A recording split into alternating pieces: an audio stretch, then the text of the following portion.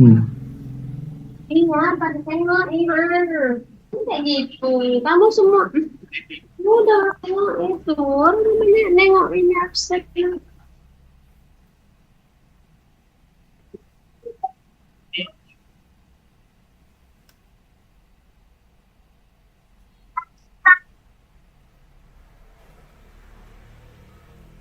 Aduh, ya amplop udah deres.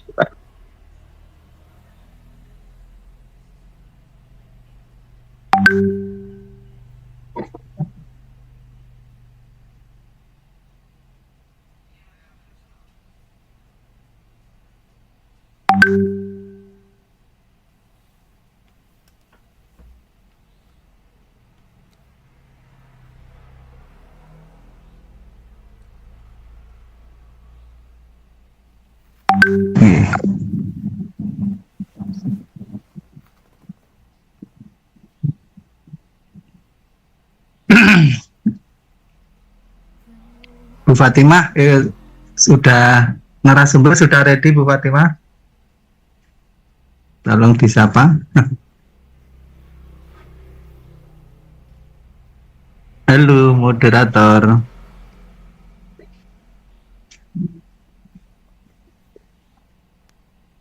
Selamat malam Bapak Yusuf.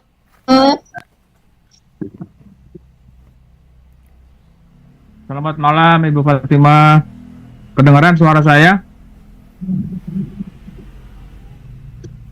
Saya hujan di sini, besar sekali hujannya. Dengar Pak, ini juga malah jadi suara. Alhamdulillah. Ini Kebumen hujan deras, Pak. Ya, sini di Cibubur hujan besar ini. Di Klaten panas. Alhamdulillah. Ya.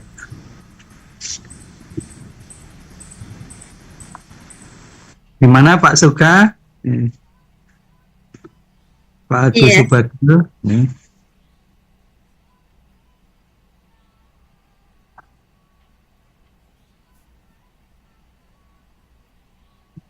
Wah, bufferingnya lama. Iya, berbagi tanpa pretensi. Yo, yang hafal silakan ikut nyanyi.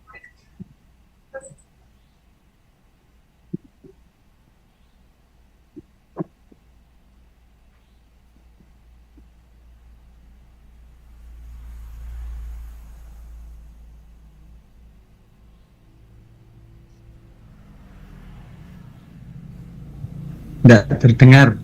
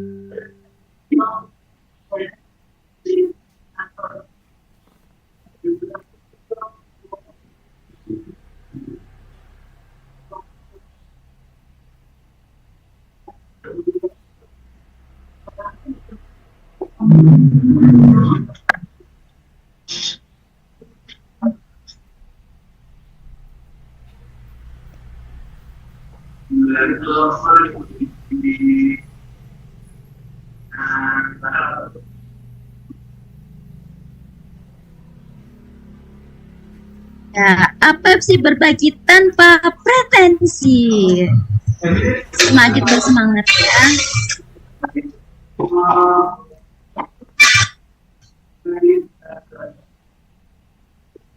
Tapi kepada Bapak Sarwanta selaku founder Pepsi bisa memberikan sambutan.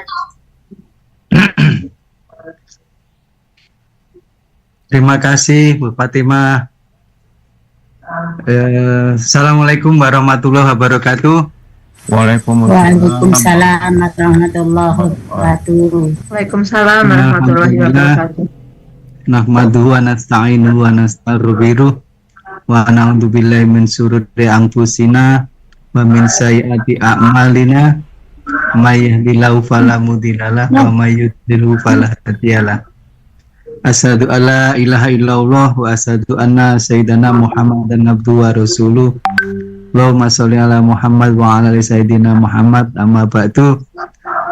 Yang terhormat Bapak Yusuf Sudardiatja sebagai narasumber dalam webinar pada malam hari ini. Yang saya hormati rekan-rekan pengurus APEPSI yang telah mempersiapkan segala sesuatunya untuk kegiatan webinar pada malam hari ini. Yang saya hormati pula Bapak Ibu anggota APEPSI ataupun non anggota APEPSI yang berada di seluruh tanah air. Puji syukur marilah kita panjatkan kehadirat Allah Subhanahu wa taala, Tuhan yang Maha Kuasa yang telah begitu banyak sekali melimpahkan nikmat dan karunia kepada kita. Sehingga kita tidak mampu menghitungnya. Karena nikmatnya jualah pada malam hari ini kita bisa berkumpul di dunia maya dalam rangka webinar APEPSI untuk mencerdaskan kehidupan anak bangsa kita. Shalawat dan salam juga marilah kita aturkan kepada junjungan kita Nabi besar Muhammad Sallallahu Alaihi Wasallam yang telah memberikan bimbingan kepada umatnya dari jalan kegelapan menuju jalan terang benderang. Insya Allah dengan kita melaksanakan sunnah-sunnahnya, kita juga termasuk orang-orang yang nanti akan mendapatkan bahagia dunia akhirat. Amin ya rabbal alamin. Bapak Ibu yang saya hormati, rasanya sangat bangga, bahagia kita bisa ketemu kembali melalui event webinar APEPSI yang sudah lama off ya, karena kemarin bulan puasa, lanjut lebaran dan seterusnya sampai bulan haji, sehingga kita baru bisa mengagendakan pada kegiatan di malam hari ini. Sekali lagi saya ucapkan terima kasih untuk teman-teman panitia dan Bapak Ibu anggota seluruhnya yang pada malam hari ini semangat. Dengan semangat Bapak Ibu sekalian, insya Allah wajah pendidikan Indonesia ke depan akan lebih baik ya. Karena kita sebagai pendidik adalah ujung tombaknya dalam menyelenggarakan pendidikan dan bisa merubah wajah pendidikan di tanah air. Saya sangat mengapresiasi penyelenggaraan webinar pada malam hari ini dengan tema mengenai kegempaan di Indonesia. Sebab ini sangat relevan dengan kondisi geografis negara kita yang berada di wilayah Ring of Fire atau cincin api ini. Nah, tentunya ini akan sangat bermanfaat bagi kita semuanya. Kita sebagai pendidik ya, pada IPS tahun-tahun lalu ini juga masuk kurikulum dan tidak ada salahnya ini sebagai bekal pengetahuan kita dan bisa diberikan kepada anak didik atau lingkungan kita sekitarnya. Ya. Bapak Ibu sekalian, sebagai organisasi profesi yang fokus pada pengembangan pendidikan, APEPSI ini merasa terpanggil untuk turut serta dalam menyebarluaskan pengetahuan tentang mitigasi bencana, khususnya yaitu gempa bumi. Mudah-mudahan Bapak Ibu sekalian nanti bisa mengikuti Allah. Bapak Yusuf akan memberikan materi yang luar biasa yang akan sangat bernilai bagi kita sebagai pegangan kita nanti ketika kita tampil di depan putra putri didik kita. Bapak Ibu sekalian, bahwa kegempaan ini merupakan salah satu fenomena yang tidak dapat kita hindari.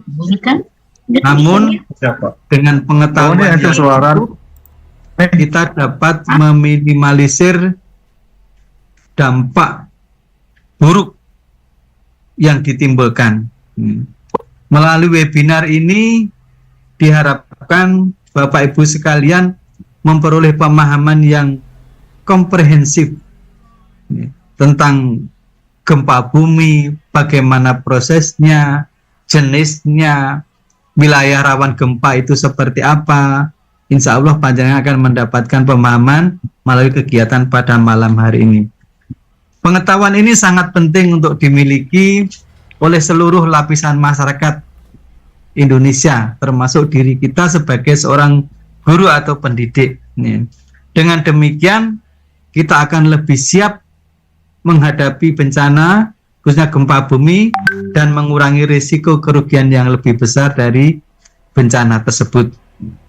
Saya berharap webinar pada malam hari ini dapat menjadi langkah awal bagi kita semua untuk meningkatkan kesadaran dan kepedulian terhadap risiko bencana gempa bumi. Mari kita bersama-sama membangun Indonesia yang tangguh dan selamat dari bencana. Demikian yang bisa kami haturkan. Kurang lebihnya saya mohon maaf. Mohon Bapak Yusuf berkenan memberikan pencerahan kepada kami, kepada rekan-rekan kami, khususnya guru IPS di Indonesia, Bapak. Ya. Perlu Bapak narasumber ketahui bahwa APEPSI ini adalah organisasi profesi yang khusus diisi oleh guru-guru IPS setanah air, Pak. Guru IPS di Indonesia. Anggota kami kurang lebih yaitu 4.000, ya. Mungkin tapi yang baru bisa bergabung di sini hanya 1000-an atau berapa. Nah, kita menyelenggarakan pada malam hari ini melalui channel Zoom maupun channel YouTube. Bagi yang tidak tertampung di Zoom meeting bisa masuk ke channel YouTube. Demikian informasi yang bisa kami haturkan, kurang lebihnya mohon maaf. Akhirul kalam, bila taufiq hidayah. Assalamualaikum warahmatullahi wabarakatuh.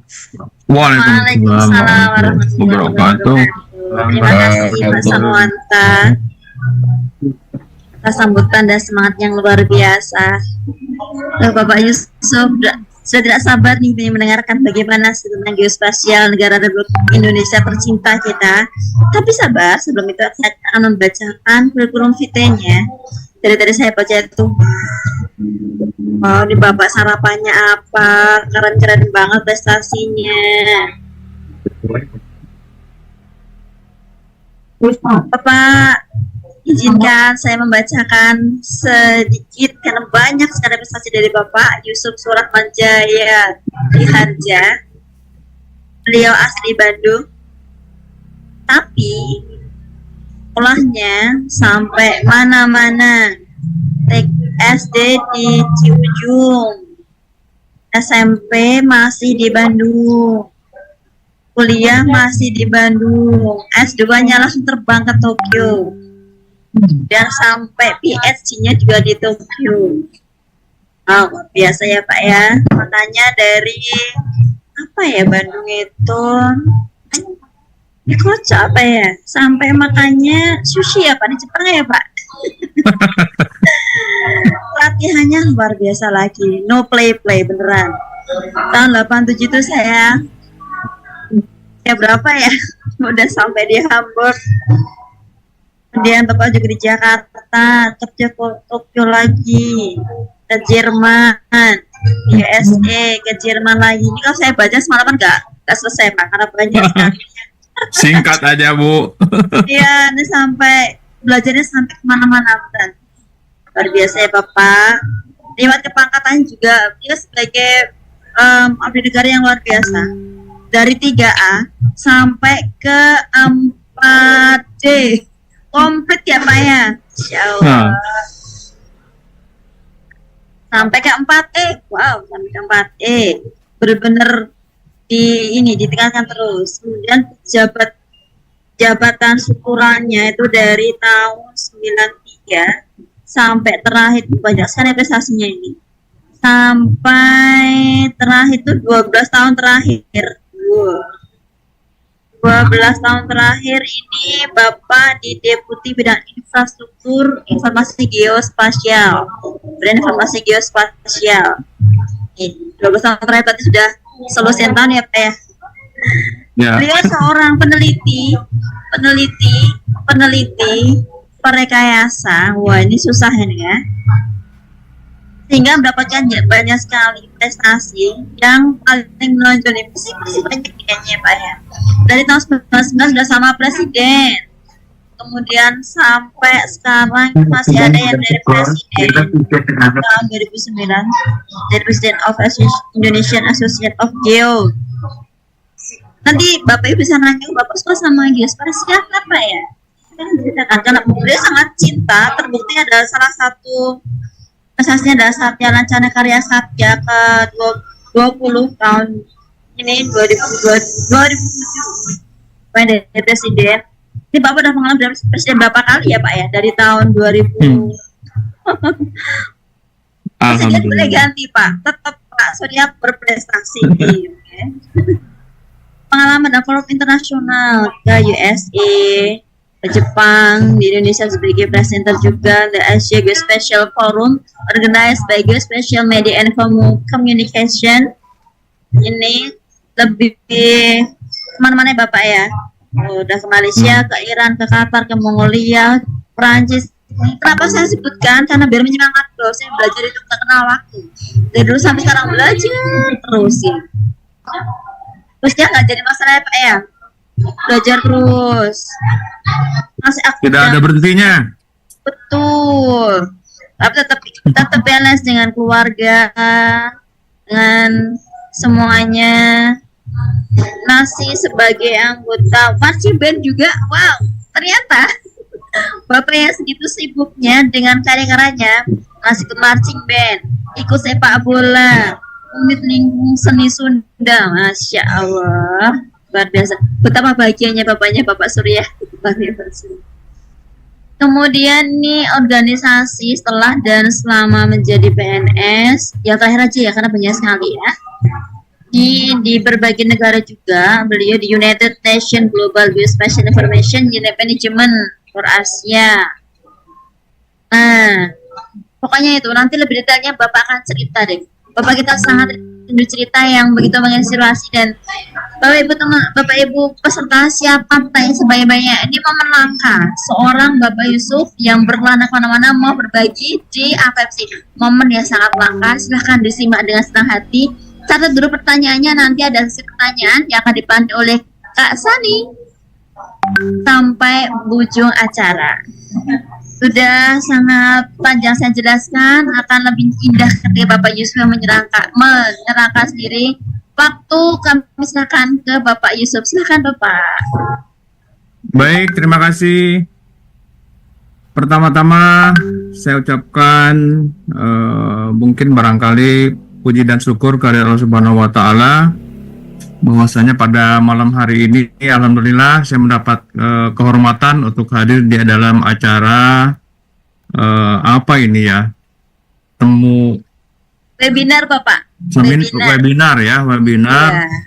Di APFC Asosiasi apa? Pendidik edukasi sosial Pak. Edukasi sosial. Intinya guru-guru IPS belajar barengnya di APFC gitu Pak. Oke.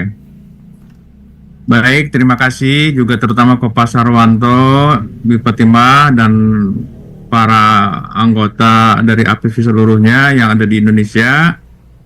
Assalamualaikum warahmatullahi wabarakatuh. Waalaikumsalam warahmatullahi wabarakatuh.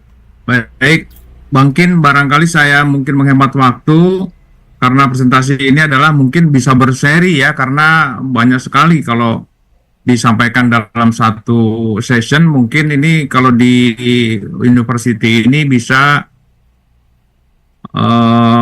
mengambil kuliah kurang lebih berapa semester barangkali ya, tidak hanya dalam waktu 1 jam.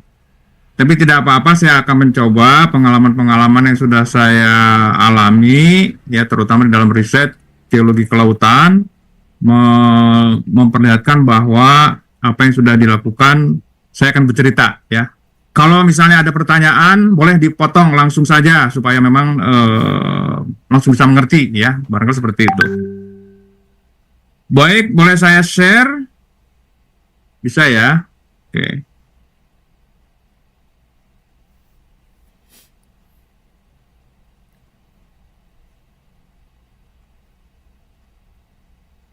Sudah kelihatan? Sudah, Bapak. Sudah kelihatan ya? Oke, sudah.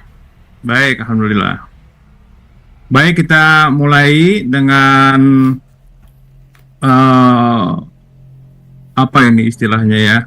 Presentasi yang akan saya sampaikan dengan judul adalah memahami kegempaan di Indonesia. Tapi barangkali saya ingin lebih detail lagi bagaimana gempa itu terjadi gitu ya, barangkali seperti itu, dan bagaimana efek-efeknya ke depan terhadap kondisi atau potensi kegempaan di Indonesia.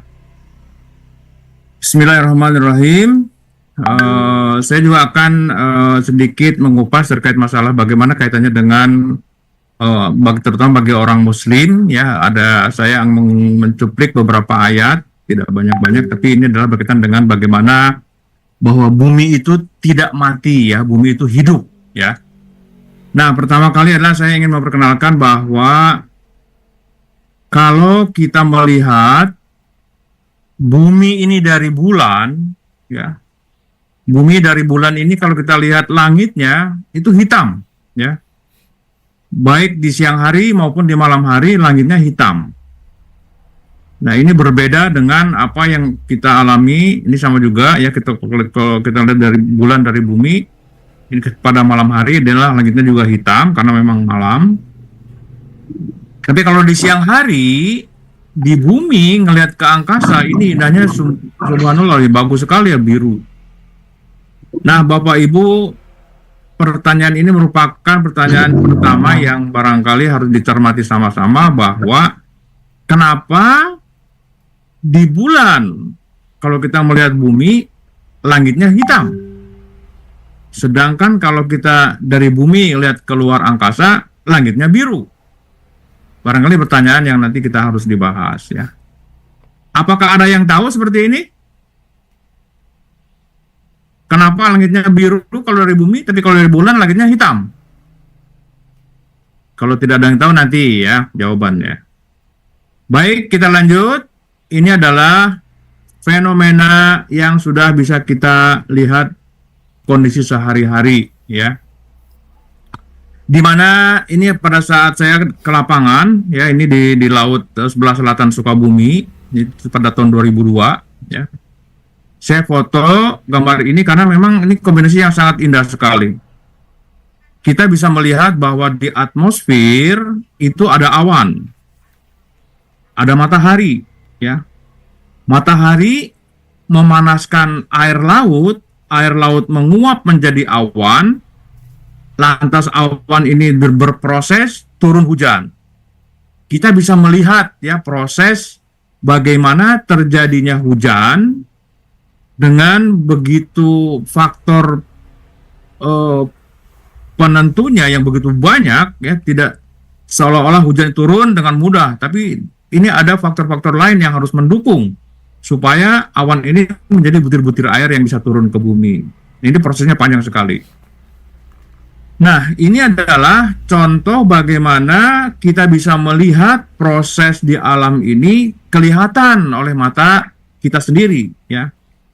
Tapi kalau kita amati di dasar laut, di bawah laut, air laut ini, kita tidak bisa melihat apa yang terjadi di bawah sana dengan mata telanjang. Apa artinya? Kita harus melihat, kita harus melihat fenomena yang ada di dalam laut ini dengan ilmu pengetahuan, ya, dengan teknologi, dengan iman. Kalau dalam bahasa Islamnya ada iman, ya, bahwa memang ada sesuatu yang terjadi di dalam dasar laut ini. Nah, alhamdulillah saya pada tahun 2002 bulan Oktober saya bisa melihat sebagian yang ada di dasar laut, ya, karena saya alhamdulillah menyelam, ya, dengan kapal selam. Nanti saya ceritakan kenapa saya bisa menyelam. Karena kalau kita lihat di Sumatera ini adalah ada patahan yang namanya patahan Sumatera panjang sekali, dan menurut publikasi yang ada, patahan Sumatera ini berhenti di Selat Sunda. Nah, ini ya. Salah satu bukti kalau di Padang ini, kalau kita ngelihat di sini ada Ngarai Sianok ya di Bukit Tinggi ini akibat dari adanya patahan Sumatera yang tertarik sehingga dia akan menjadi turun ke Graben. Nah, ini adalah betapa aktifnya bumi ini tidak mati dan bumi itu bergerak terus, ya.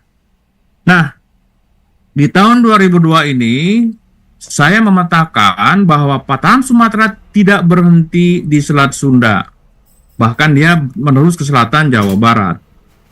Nah, seperti ini petanya yang saya petakan, bahwa patahan Sumatera itu tidak berhenti di Selat Sunda, bahwa dia terus ke selatan Jawa Barat dan belum memotong palung. Ini palung Jawa, ya.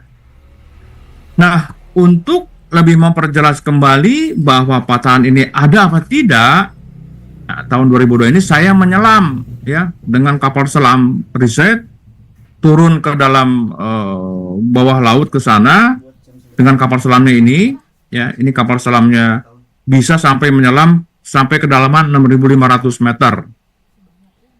Nah, kapal selam ini saya masuk ke dalam kapal selam. Ini kapal selam ini ada chamber itu cuma 2 meter, ya, ruangannya 2 lembar kayak bola, dan ini tenggelam, ya, kapal selam ini tenggelam.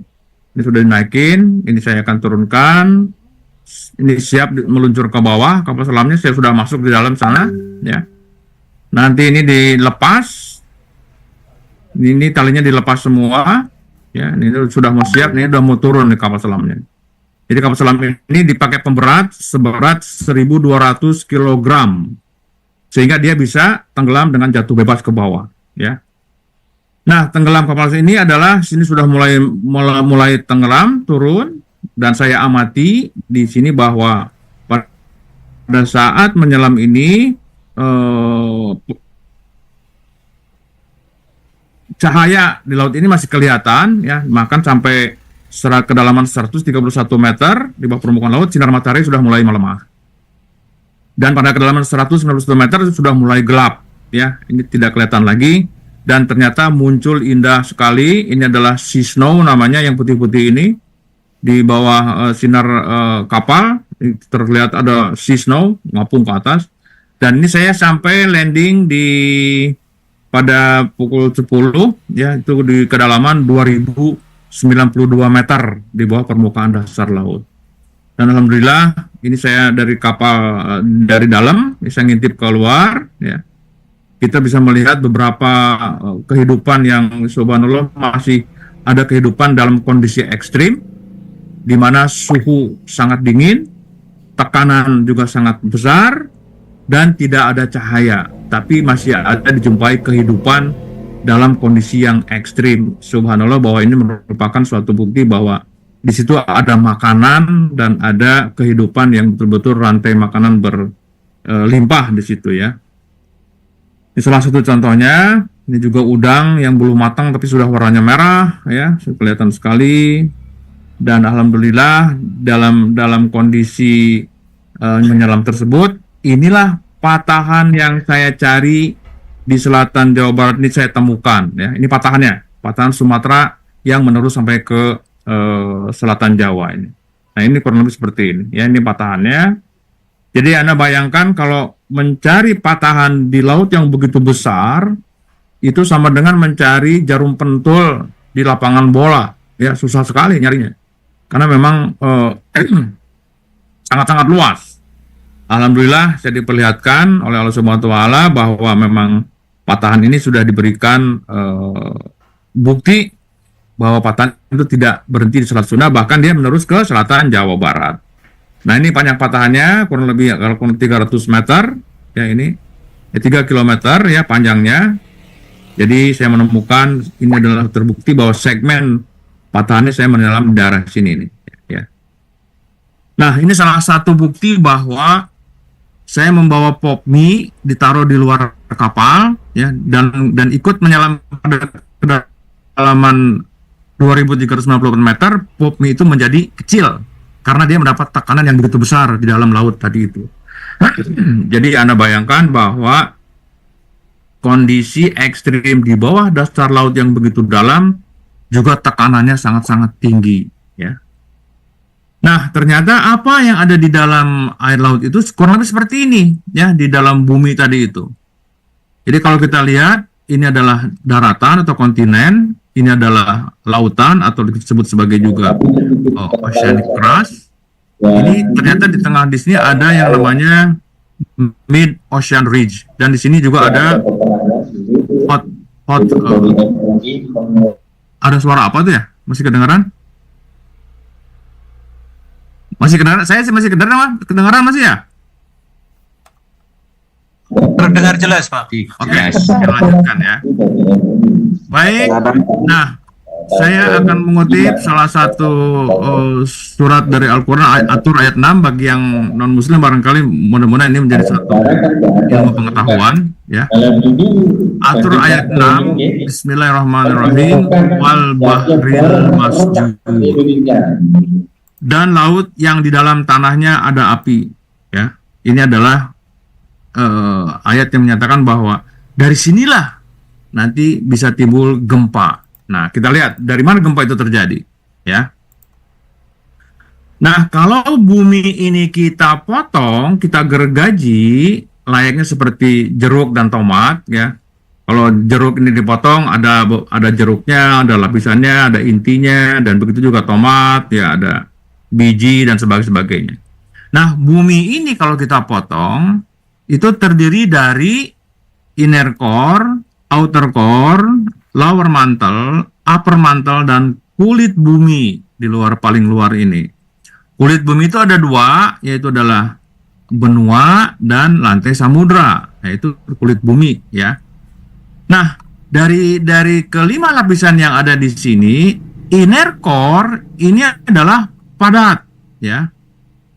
Outer core cair sifat batuannya. Lower mantle padat. Upper mantle cair. Nah, padat, padat inilah yang menjadikan bahwa bumi itu hidup ya.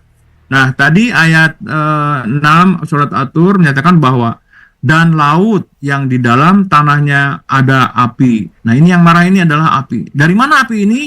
Dari inner core, dari gesekan inti bumi yang terus berputar sehingga dia membuat satu heat transfer atau panas keluar permukaan bumi.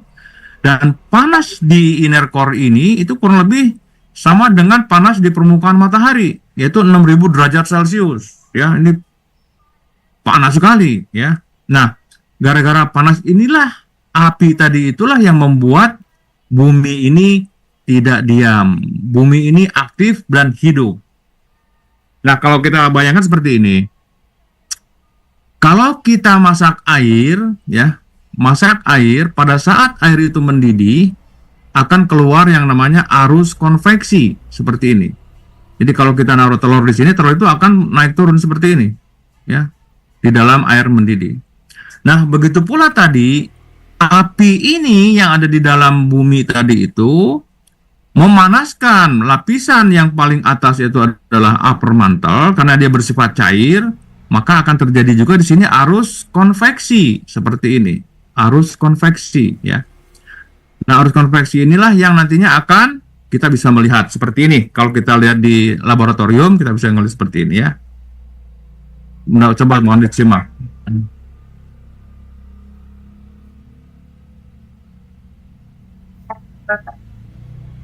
Ini bagaimana percobaan di laboratorium membuktikan bahwa kalau ada panas ya dalam suatu media, dia akan mencairkan dan akan berputar-putar sebagai arus konveksi. Kita lihat di sini ya. Nah, ini ada chamber layar ya. Dikasih lampu 100 watt. Tengahnya, di sini ada air, di tengahnya ada air. Dikasihkan pewarna, larutan pewarna, di sini juga larutan pewarna. Panasnya di sini tengah-tengah, tadi ada lampu 100 watt ya. Apa yang terjadi dengan air yang ada di dalam media ini? Kita lihat. Karena ada panas tadi itu ya, ada api tadi ya.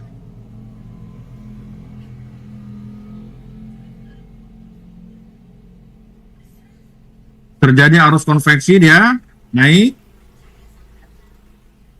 Kayak tadi, kita memanaskan air seperti ini. Kalau air sudah mendidih, dia naik. Berputar-putar seperti ini. Jelas ya, bahwa ini adalah arus konveksi di dalam laut tadi itu, ya, di dalam air laut di bawahnya ya. Nah, begitu pula di bumi terjadilah seperti ini. Tadi apinya tadi itu kita bisa lihat seperti ini kurang lebih terjadinya. Nah, inilah api tadi, ya. Ini arus konveksi yang terus-terusan terus. Ini adalah apinya tadi itu.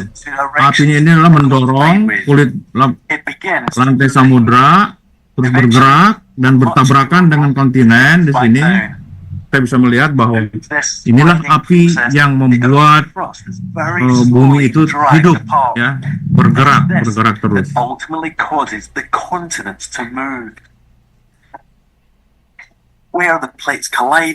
Nah, ini adalah di ujung yang satunya lantai samudra bertabrakan dengan lantai benua. Di mana di sini ada gesekan, terjadilah dia meleleh batuannya dan menjadikan sebagai satu gunung api yang terjadi. Nanti saya terangkan kenapa kok terjadi gunung api. Nah, inilah gunung api yang terjadi akibat adanya dari subduksi atau tabrakan lempeng, ya. Oke. Nah, kita lihat tadi, ya.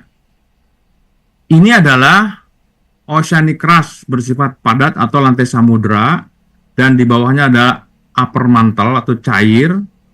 Ya, di sini terjadi arus konveksi.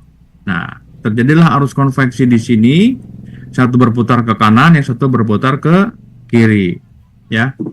Nah, karena sebentar, saya nggak ada yang ngalangin. Karena kulit bumi atau lantai samudra ini bersifat padat, ya, arus konveksi akan ikut mendorong lapisan kulit bumi yang paling atas tadi ini. Ini akan terdorong ke bawah ke kanan, ini juga akan terdorong ke kiri, ya. Lama-lama lantai samudra ini akan menipis, ya, karena terdorong oleh ke sana, ya, tertarik. Nah, satu saat karena dia terdorong akan pecah ini akan timbullah magma ke atas, dan inilah menjadikan sebagai lantai samudra yang baru, terus-terusan kedorong ke sana, terus-terusan kedorong ke kiri. Dan ini disebut sebagai mid ocean ridge, ya, atau punggung tengah samudra yang sampai sekarang ini terus-terusan dibentuk, ya, terus-terusan terjadi di tengah laut sana. Nah, seperti inilah kurang lebih kejadiannya. Lantai samudranya bergerak satu ke kanan, yang satu lagi ke kiri, didorong oleh ada magma yang ke atas, dibentuklah ini adalah terjadi di lautan di Pasifik dan Atlantik dan juga Samudra Hindia dan sebagainya. Kita nanti lihat di mana kejadian ini terjadi. Nah, saya juga akan memperlihatkan terkait, bentar ya, saya stop dulu share-nya. Saya akan memperlihatkan bagaimana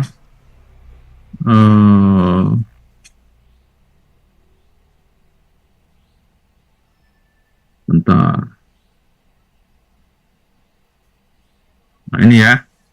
Sudah kelihatan belum ya? Belum. Belum, Mbak. Kelihatan belum? Belum, Mbak. Kelihatan ya? Belum, Pak. Belum? Oke, sorry, sebentar. Kacang kakak Budi. Kacang. Kakak Budi. Kakak para kamu lah muda. Cas.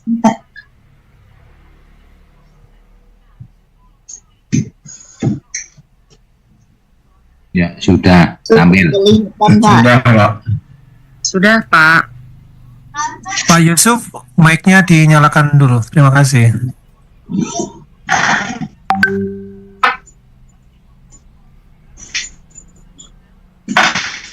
Mohon maaf Pak Yusuf, mic-nya masih... Mic-nya Pak, masih... Mic-nya, Pak, masih mode.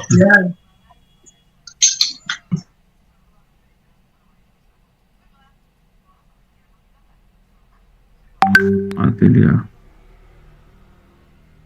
Mic sudah nyala, Pak. Sudah nyala ya. Hilang, Pak. Gambarnya hilang lagi. Udah kelihatan ya? Sudah Bapak. Ya, sudah, Pak. Sudah, Pak. Nah, ini adalah punggungan tengah samudra atau mid ocean ridge yang ada di dasar laut, ya. Under the ocean. The middle of the Atlantic. Lava erupts at the boundary between two crustal plates. Ini di bawah laut sampai sekarang seperti ini terjadi ya. Nah, di tengah laut sini nih. Nah, inilah di sini terjadi, ya. Mild tear on the floor. Ini membelah bumi kita. Yang satu bergerak ke kiri, itu bergerak ke kanan. And it's here that new oceanic crust is formed. Inilah atur ayat 6. Dan laut yang di dalam tanahnya ada api. Nah, ini sudah di Iceland. Ini ke darat. Ini seperti ini, ya. From the air, the Mid-Atlantic Ridge is an awesome sight. This dramatic scar in the landscape marks the boundary between the North American crustal plate on the left side and the European plate on the right. Gap between ocean plates is filling in at a rate of 1 inch a year. Part of the restless movement of the Earth's crust that's reshaping our world. Nah, ini adalah lava bantal. Nanti bisa kita lihat. Baik, lebih seperti itu. Tadi kita balik lagi ke presentasi saya. Stop share.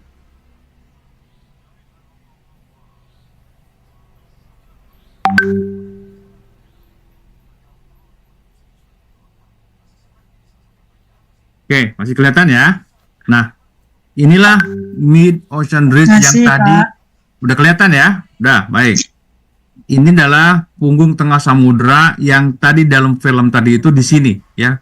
Lavanya muncul di sini. Jadi inilah api tadi yang sekarang sampai sekarang ada di dasar laut, ya. Yang membelah, yang menjadikan nanti adalah sebagai pergerakan yang akan bertabrakan di ujungnya nanti, ya. Bisa kita lihat di sini. Saya ini dulu terus. Nah, ini salah satu contoh di mana benua Afrika dengan Amerika dulunya adalah menyatu, ya. Karena ada punggung tengah samudra inilah dia saling menjauh, dibelah nih oleh punggung tengah samudra, yang satu Amerika ke kiri, Afrikanya ke kanan sana.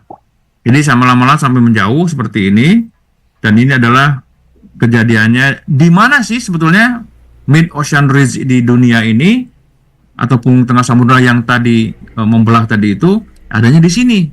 Inilah punggung tengah samudra yang bergerak oleh tadi adanya pergerakan arus konveksi, ya.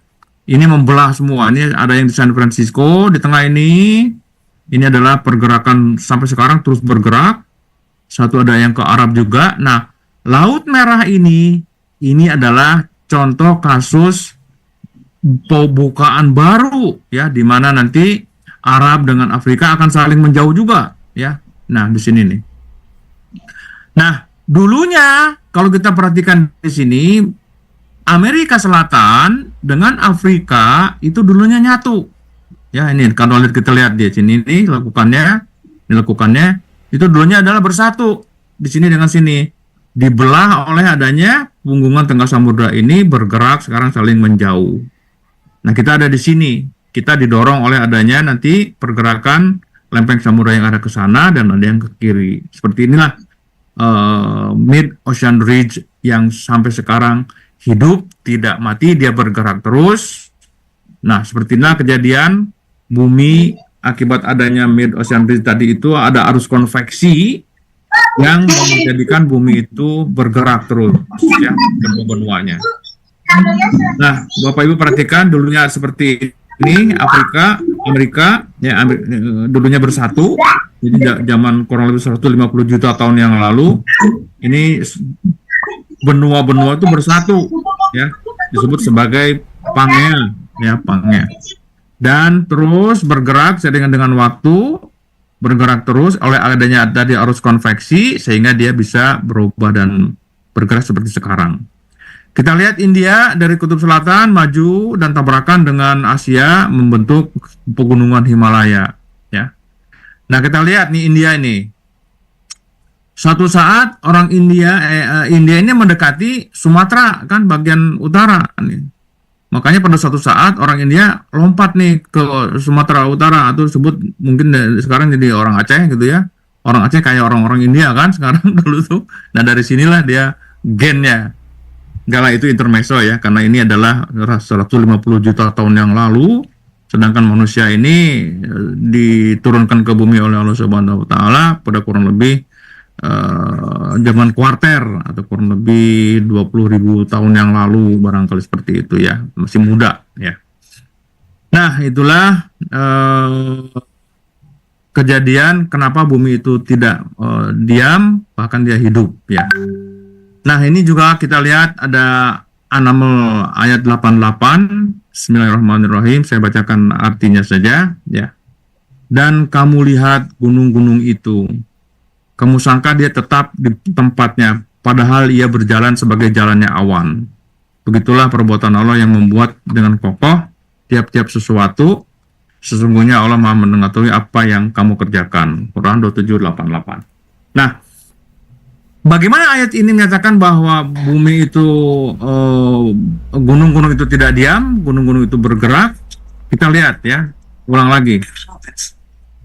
Because hot rock rises Kita lihat. by the Earth's core. Near the Kita lihat sini ya.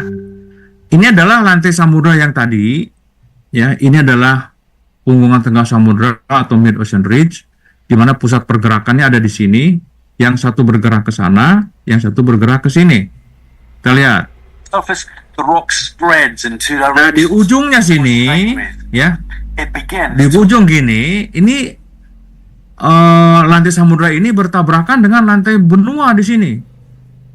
Nah, lantai samudra ini karena dia berat jenisnya lebih besar dan lebih berat, maka dia akan menyusup ke dalam.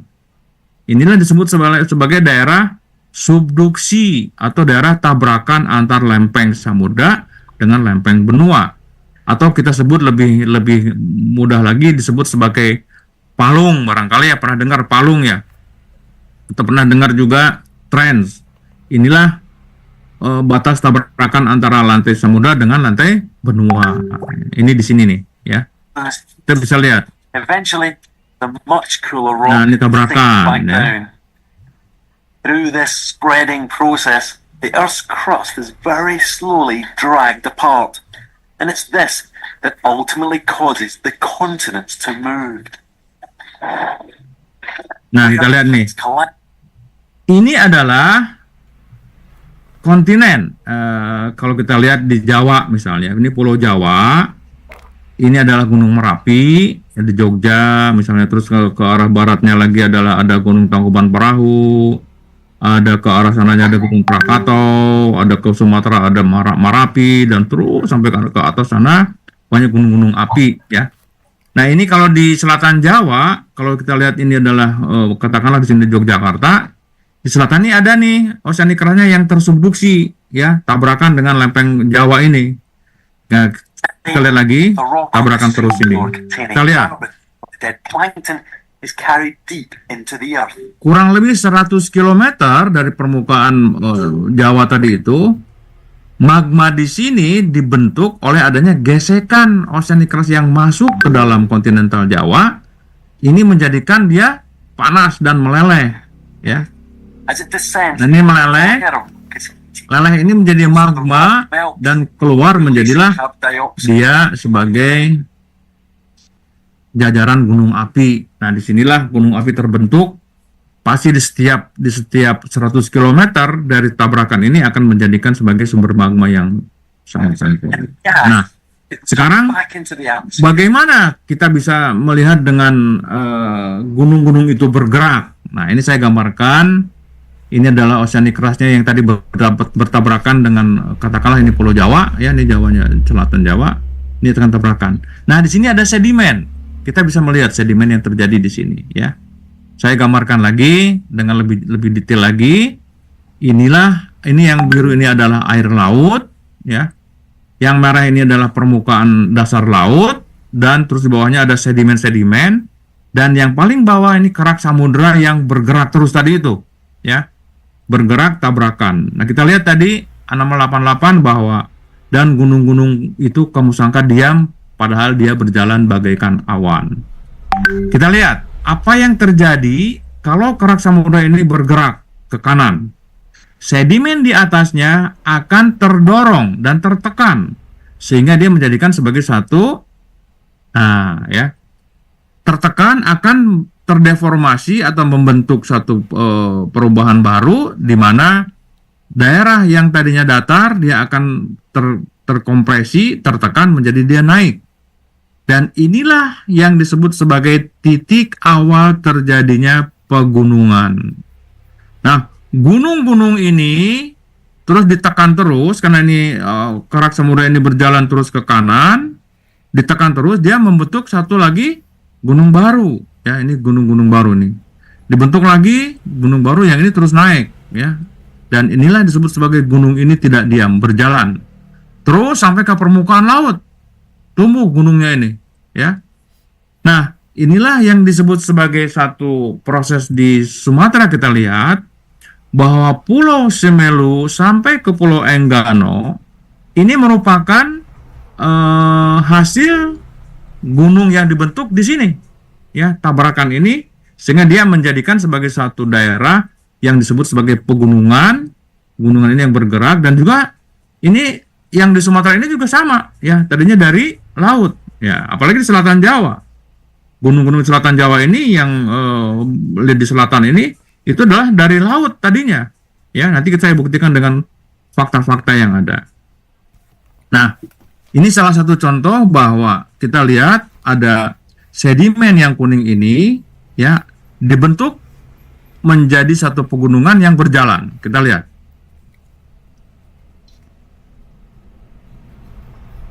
Ini oceanic crust-nya terus maju.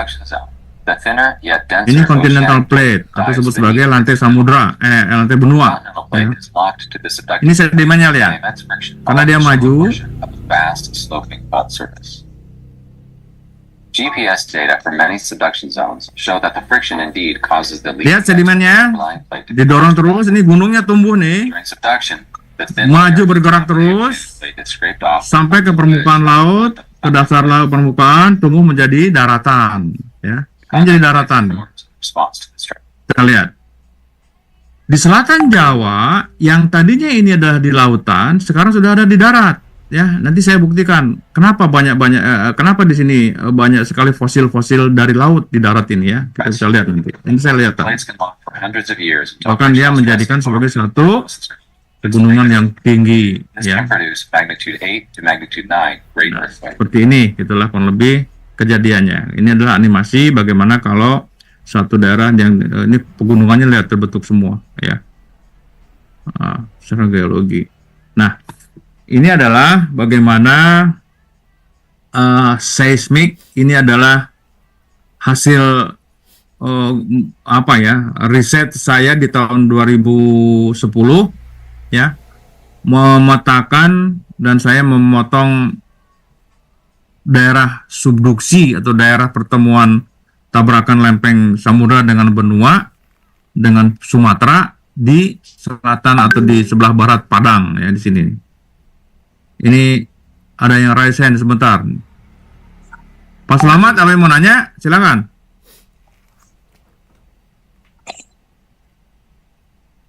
Pak Selamat Haryadi.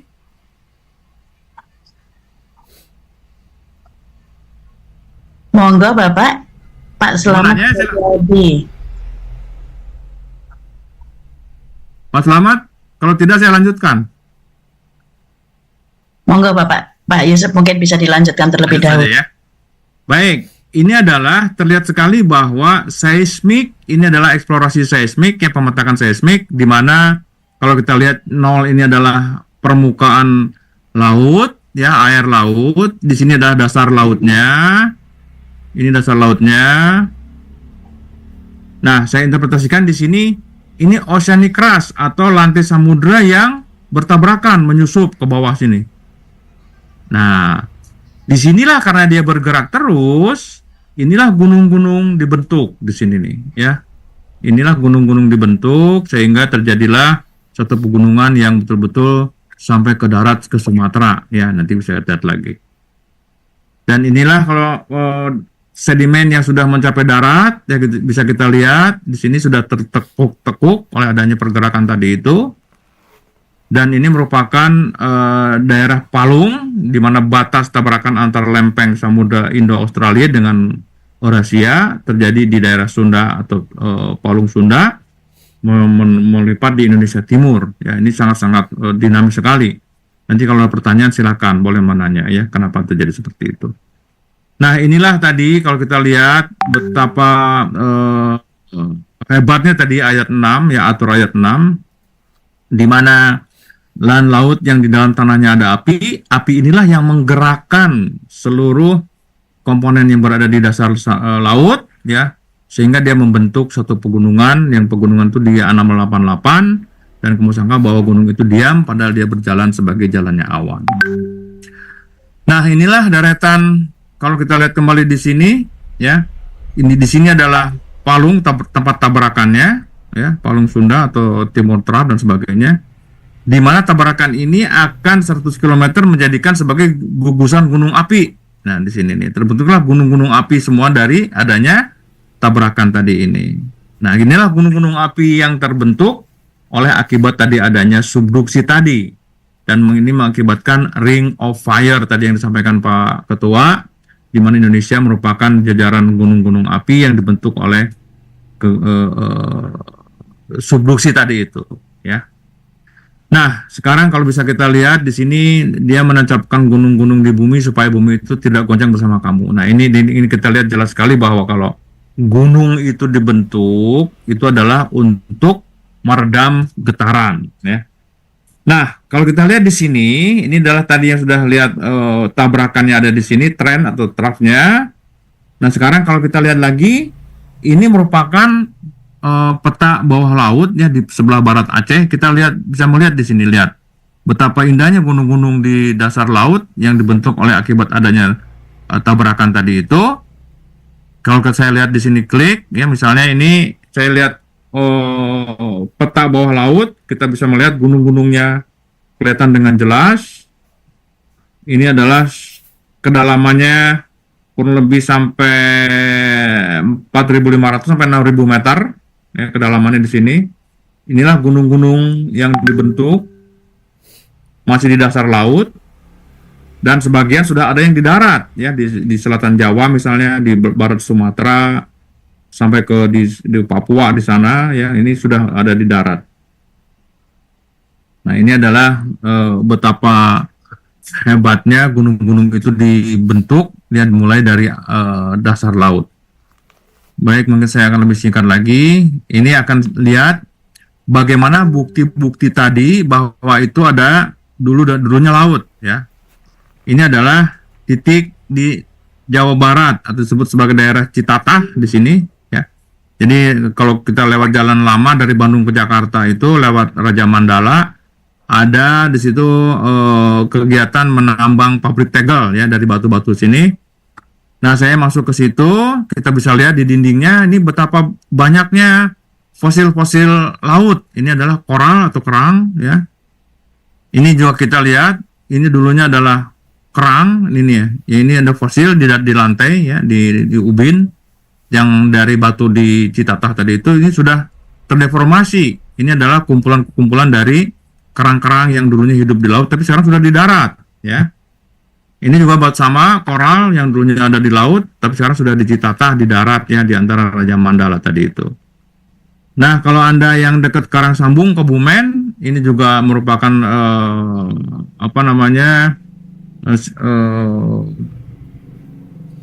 konservasi geologi ya di Karangsambung ini di Kebumen, di mana Bapak Ibu bisa melihat ini adalah lava yang dibentuk di tadi yang di Mid Ocean Ridge. Sekarang sudah ada di darat ini ya. Padahal ini dulunya jauh sekali ya, dibentuk di dasar laut tadi itu yang tadi saya di filmnya ya. Ini sudah ada di darat di Karangsambung. Di Yogyakarta juga banyak ya, kelihatan seperti ini. Nah, inilah adalah bagaimana gunung-gunung terbentuk di sini. Bahkan sekarang sudah ada yang sampai ke Jawa di darat. Seperti itulah. Inilah bagaimana seismik bisa memperhatikan. Nah, berikutnya adalah gempa ya. Bagaimana bisa terjadi gempa ya? Nah, kaitannya dengan gempa tadi itu karena kita lihat lagi nih film yang ini ya, video yang ini, bahwa kejadian gempa itu akibat ada dorongan tadi, oceanic crust atau lempeng samudra mendorong continental crust. Kita lihat sini ya. Karena dia bergerak terus, by immense friction along the shallow portion of a vast sloping fault surface. Dia akan menekan GPS data from many continental crust atau laut Jawa, Pulau Jawa ditekan terus nih, lihat ya. Tekan. Subduction, the thin layer on top of the oceanic plate. Ini ditekan terus karena batuan ditekan ini juga karena ada punya daya elastisitas. Kita lihat apa yang terjadi. The continental plate deforms in response to the stress.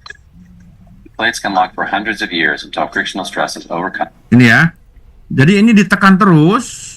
Di sini sudah terkumpul energi ya. Kita lihat lagi. This can produce magnitude 8 to magnitude 9. Ini lihat nanti akan balik ke sana. Jadi gempa. Nah, tsunamis occur when the ground beneath the ocean is displaced. As it jadi does, kalau kita lihat ini di Pulau Jawa atau di Sumatera atau di Laut Banda sana ya, ini didorong terus dan suatu saat dia tidak kuat menahan dorongan yang sudah begitu kuat, maka dia akan melepaskan energi dan itulah terjadinya gempa bumi ya, dan menjadikan tsunami. locking and building stress, followed by catastrophic release, repeats every few hundred years. Tes.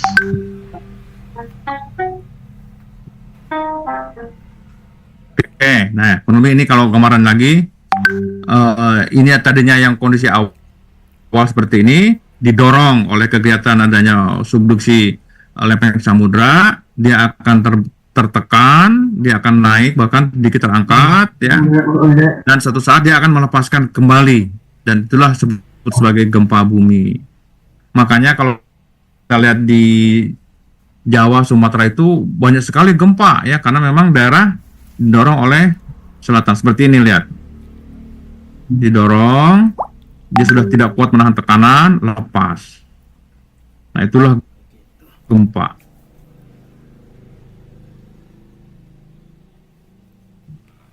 Oke, ini terjadi tsunami ya, tadi ada perubahan.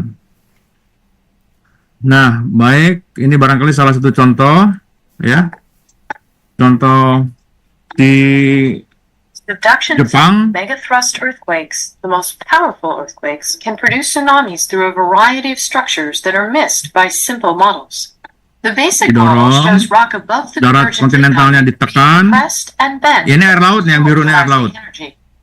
Once friction is overcome, the overriding plate slides Dia abruptly gempa nih. at the fault, Nah, causing dia the akan leading menjadikan edge to tsunami. heave seawater upward, generating a tsunami.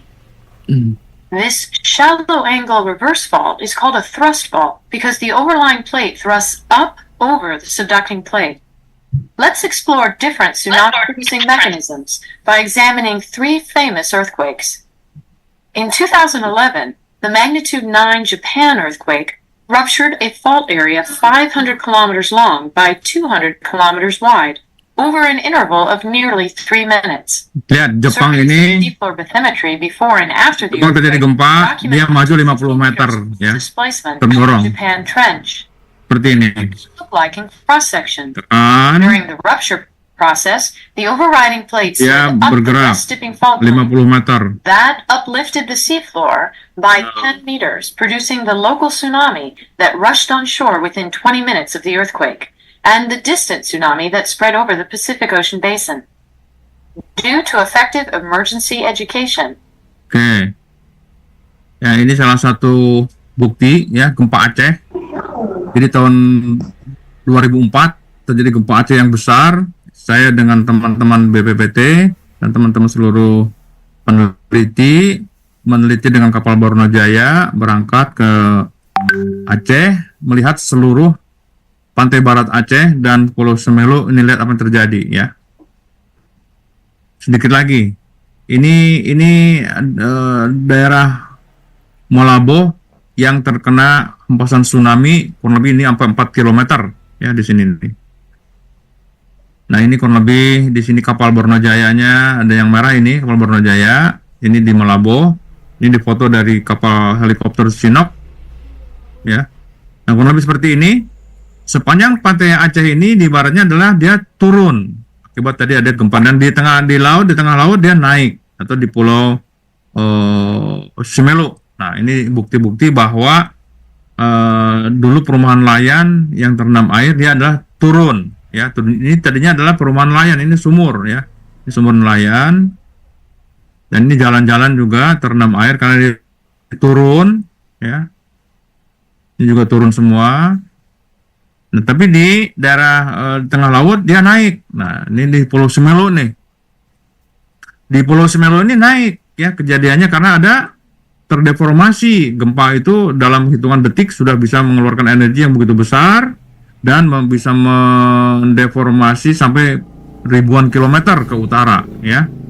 Nah, di Semelu ini kita lihat, ya, di utara Semelu ini titik-titik ini, sepanjang di Semelu utara ini adalah dia naik, ya. Ini adalah tadinya yang bunker, tadinya di sini airnya di sini, sekarang udah ke atas, ya. Nah, ini adalah koral atau batu karang yang tadinya hidup di dalam kolom air. Tapi dia sekarang sudah naik ke permukaan air, ya, di atas, artinya dia naik semua. Juga belah, ya, terjadi rekahan karena dia terdeformasi menjadi naik. Ini juga koral yang tadinya harusnya di dalam air, dia udah ke permukaan karena terangkat, ya.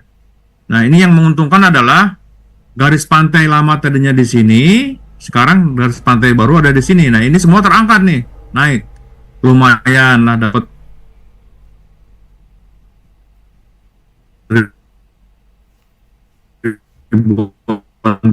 kilometer ya di sini lagi.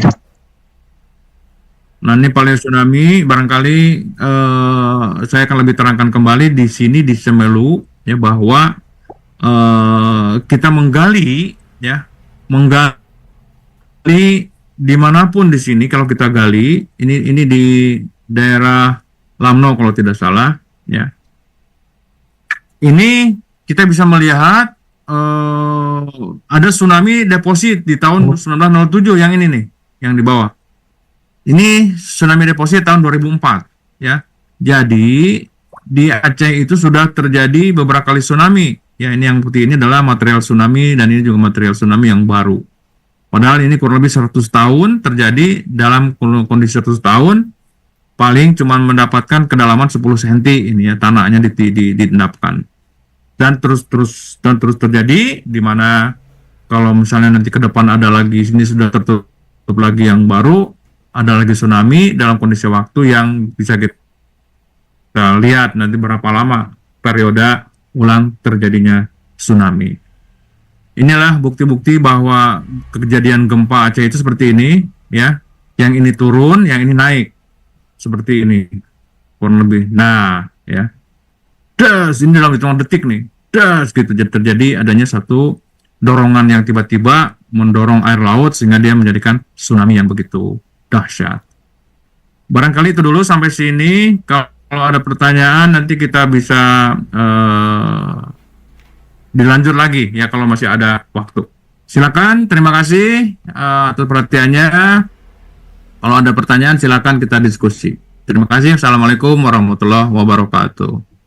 Waalaikumsalam warahmatullahi wabarakatuh.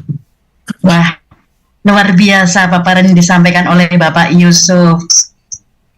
Alhamdulillah kami menyimak Bapak dengan semua yang panjenengan sampaikan, dengan tambahan visualisasi materi sehingga mempertajam pemahaman kami tentang kegempaan. Hadirin yang kami hormati, selanjutnya acara sesi tanya jawab. Mohon izin saya Sani Rohimah untuk memandu sesi ini. Untuk termin pertama, monggo mungkin ada yang mau ditanyakan karena Pak Yusuf sepertinya teman-teman antusias ini karena jumlah pesertanya semakin banyak ini Bapak. Monggo, silakan. Siapa terlebih dahulu? Oh Pak Slamet. Oke. Pak Slamet, silakan. Monggo Pak Slamet. Untuk sesi pertama ini 2 penanya aja. Pak Slamet sama Pak Irham. Dipersilakan Pak Slamet. Halo. Halo, nggih, suaranya belum terdengar Bapak. Suara dengar. Kecil.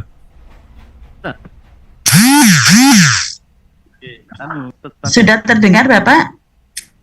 Halo. Izin Pak Slamet, suaranya kecil Pak. Halo.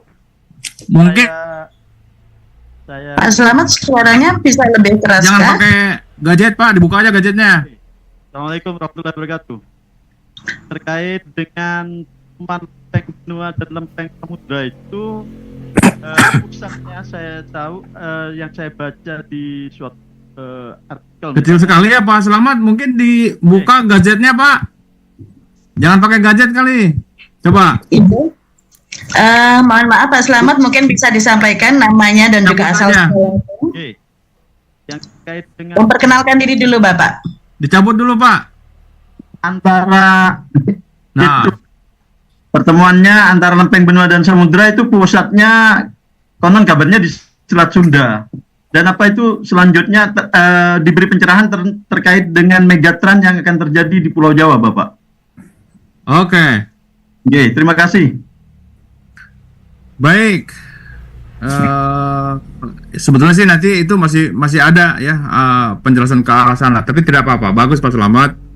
Jadi pertemuan lempeng samudra dengan benua itu adalah Palung ya. Dan Palung itu jauh di Selat Sunda ya, jauh sekali. Nah, barangkali kalau boleh saya sampaikan Pak Slamet, saya kembali lagi ke sini barangkali ya kalau boleh. Udah kelihatan kah? Belum. Udah kelihatan?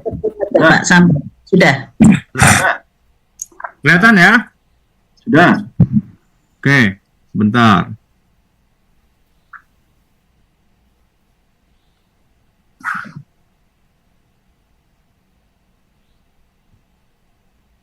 Nanti kita lanjutkan dengan ini ya.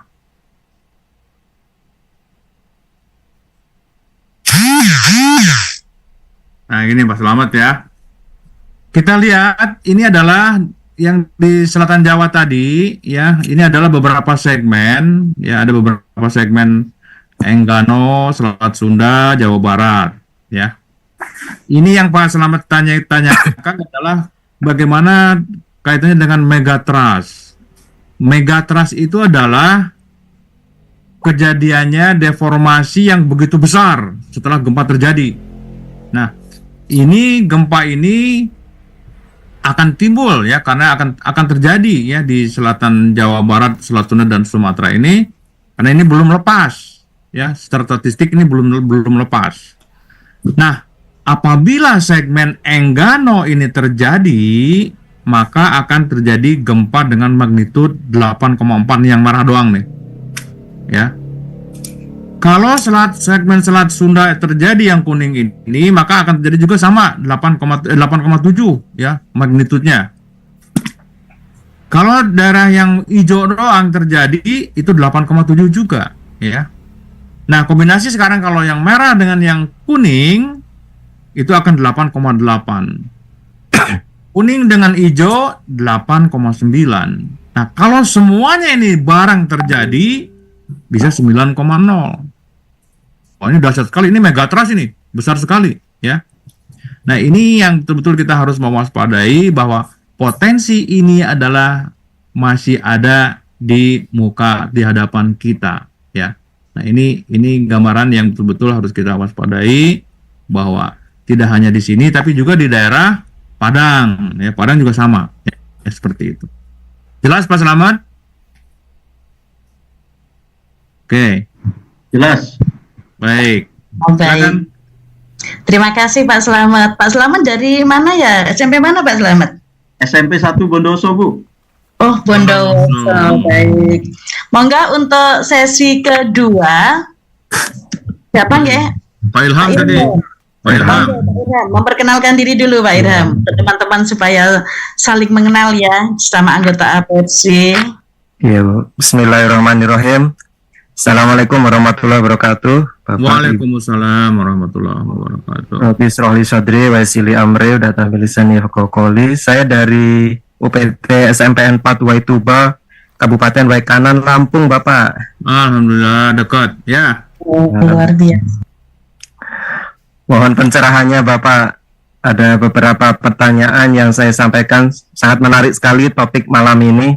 Yang pertama berkaitan dengan, saya pernah membaca artikel Bapak, jadi di Indonesia itu dilewati oleh 4 lempeng, ya, Australia, Eurasia, Pasifik, dan Filipina. Tadi ketika mendengar Bapak energi ya Pak ya, jadi terdapat pengumpulan energi dalam lempeng, apakah energi itu bisa dikurangi Bapak biar tidak terjadi gempa Bapak? Penumpukan energi. Yang kedua, Bapak berkaitan dengan BPPT juga Bapak, sekarang ini sudah ada aplikasi EWAS, Earthquake Warning Alert System. Ini sepertinya perlu diadakan sosialisasi di sekolah-sekolah Bapak. Menurut tanggapan Bapak bagaimana? Kemudian yang ketiga, mohon maaf Bapak ini sekalian, berkaitan dengan kearifan lokal Bapak, rumah panggung terbukti lebih kuat Bapak menghadapi getaran gempa. Apakah sebaiknya dibuat dengan model seperti konstruksi rumah panggung? Begitu aja, terima kasih Bapak. Baik, terima kasih Pak Ilham. Terima kasih pertanyaannya.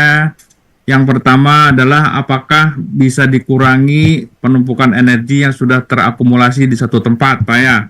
Iya Bapak. Oke, karena ini adalah skalanya besar dan kita belum ada sensor alat untuk mendeteksi seberapa besar tekanan ada pada satu daerah, itu belum tahu Pak. Jadi apalagi kita mau mengurangi diperkecil ya, lokasinya aja kita tidak tahu Pak. Jadi bagaimana kita mau memprediksi atau mengurangi energi agar tidak terjadi gempa, itu sangat sulit sekali ya, karena energi itu, apalagi gempa ini dalam ukuran logaritmik, itu sangat-sangat besar ya energinya, tidak bisa kita analisis, tidak bisa kita prediksi kapan kira-kira daerah mana yang akan lepas energinya, apalagi menentukan waktunya sulit sekali bagi kita ya. Siap Pak. Yang kedua adalah Indonesia, jadi 4 lempeng tadi itu, kalau Indonesia ini adalah terletak di lempeng Eurasia ya, didorong atau ditabrak oleh lempeng Pasifik ke arah barat dengan kecepatan 12 cm per tahun ke arah barat. Jadi Indonesia itu ditekan Pak, jadi ditabrak ya dari arah timur ke barat oleh lempeng Pasifik. Sedangkan di selatan ada 2, itu adalah benua Australia dan Indo-Australia lempeng samudra ke arah utara. Jadi kita ini dijepit Pak ya, kita ini dijepit oleh pergerakan dari barat, dari timur oleh Pasifik, dari selatan oleh Indo-Australia. Jadi kita tuh betul-betul dijepit, dan itulah menjadikan Indonesia di sepanjang selatan, timur, dan barat itu menjadikan daerah-daerah kegempaan yang begitu aktif, sangat-sangat besar. Dan kita harus mewaspadai. Ini tadi yang sudah disampaikan ke Pak Slamet bahwa kita mempunyai potensi yang sangat besar ya untuk di daerah selatan Jawa dan barat Sumatera, karena itu merupakan daerah-daerah yang masih terjadi gap yang belum kejadian, dan itulah kurang lebih 200 tahunan. Nanti di presentasi yang berikutnya barangkali akan saya terangkan lagi bagaimana kita menghitung periode ulang kegempaan yang terjadi di satu daerah ya. Ada teorinya. Nanti barangkali kalau memang ada waktu lagi kita akan sampai ke sana. Sekarang baru pengenalan bagaimana sih terjadinya gempa itu ya, seperti itu aja dulu. Dan tadi yang ketiga apa Pak? Mengenai rumah panggung Bapak terbukti. Rumah panggung, ya betul.